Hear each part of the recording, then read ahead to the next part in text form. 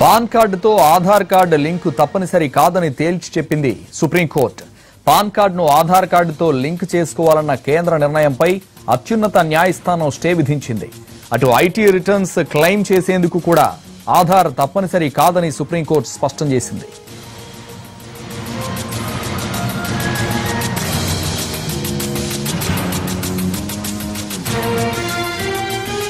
Supreme court స్టేకి సంబంధించి మరింత సమాచారం మా ప్రతినిధి ప్రసాద్ అందిస్తారు. ప్రసాద్, ఎటువంటి నిర్ణయం తీసుకుంది సుప్రీంకోర్టు? సర్వోన్నత న్యాయస్థానం తీసుకున్న నిర్ణయం ప్రకారం పాన్ కార్డు ఆధార్ కార్డుతో అనుసంధానం చేసే అవసరం లేదన్న అంశాన్ని చాలా స్పష్టం చేసింది.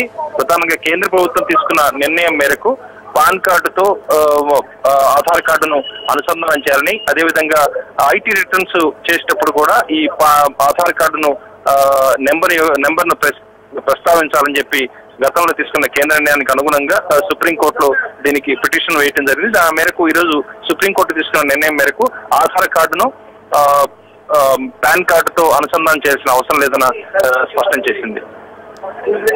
అయితే ప్రసాద్, ఈ నిర్ణయంపై సుప్రీంకోర్టు నిర్ణయంపై కేంద్ర ప్రభుత్వం ఏమైనా వివరణ ఇచ్చే అవకాశాలు ఏమైనా ఉన్నాయా? దీనికి సంబంధించి కేంద్ర ప్రభుత్వం దేన్ని ఆశించి చేస్తుందో దాని మేరకు ఉన్నటువంటి ఇతరత్ర అంశాలను కూడా పరిశీలించేందుకు కేంద్ర ఆర్థిక శాఖ ఇప్పటికే ఒక కమిటీని కూడా వేసింది. ఆ కమిటీకి సంబంధించి కొంతమేరకు కసరత్తు కూడా చేసింది. ఎలాంటి ప్రయోజనాలు ఉన్నాయి, అదేవిధంగా దీన్ని ఏ రకంగా బ్లాక్ మనీకి సంబంధించి కూడా ఎలాంటి లొసుగులు లేకుండా ఎప్పటికప్పుడు వైట్ మనీని